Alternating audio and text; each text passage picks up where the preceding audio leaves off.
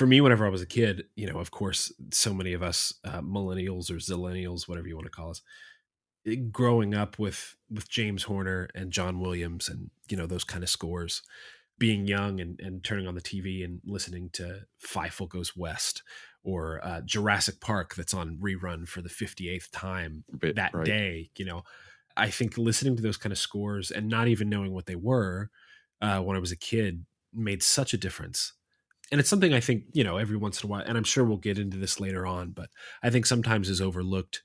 Nowadays people think that children's TV or things that are targeted towards children need to be very simple. I tend to lean towards the opposite, but maybe that's just the way that I was brought up. But anyway, yeah, I mean, for me, Jurassic Park was kind of one of the first things that I remember as a kid, and just being obsessed with it, but not really knowing why. And then growing up later to realize that so much of the reason that I believed what was happening on the screen as a kid was because, the score was helping immensely with the suspension of disbelief and really taking you to this place that for all intents and purposes did not exist. Most of the dinosaurs were fake. It was a lot of it was practical, and then some of it was CG, but I believed that. And, I think growing up and later running into people like yourself at Morehead State University, and my big in the fraternity back in the day, Joe Rivers, we were sitting out on the wall, which I'm sure you remember fondly. And I was like, I want to be a composer, and I think I want to do film music. And Joe looked at me. He was like, okay. Well, we'll name 10 composers. And I couldn't, I had no idea what I was getting into, but the passion was there. And I think, again, going back to the whole childhood upbringing and that kind of thing, when you introduce a passion, or when a kid finds a passion, it doesn't really go away. Passion, I think, is something that's very important. And so here I am as a college freshman. No, I can't name 10 composers, let alone 10 film composers, but I know that this is something I want to do for the rest of my life. I mean, how naive, but also exciting of a position that was, knowing how much you had to learn, and yet it didn't really matter because you knew that that's what you wanted to do. Yeah. Actually, I had pretty much the same exact experience as soon as I got to grad school, where my composition professor was like, can you name 10 living composers? And I could not. Yeah.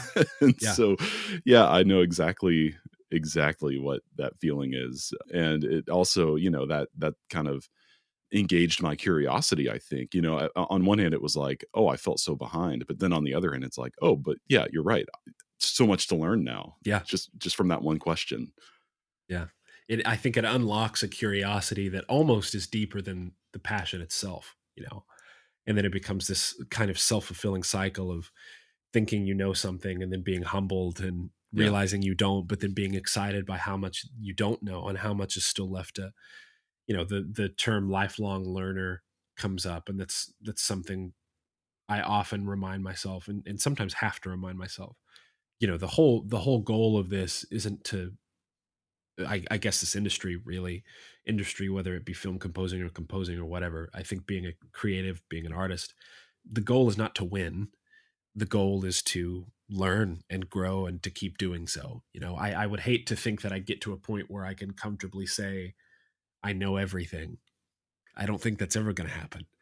Right. And there's some people that do that, good for them, but that's not necessarily what I'm interested in. I think I hope that there is forever growing a ceiling limit above me. And the closer I get to it, I hope it just continues to move away from me.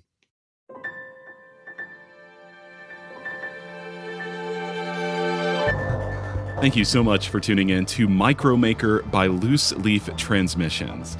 We hope you enjoyed this brief glimpse into the inner workings of the creative life.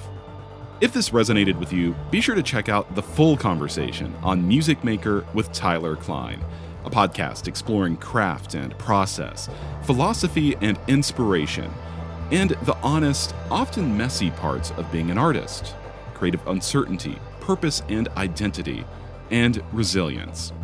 You can find Music Maker wherever you get your podcasts, or by visiting musicmakerpodcast.com.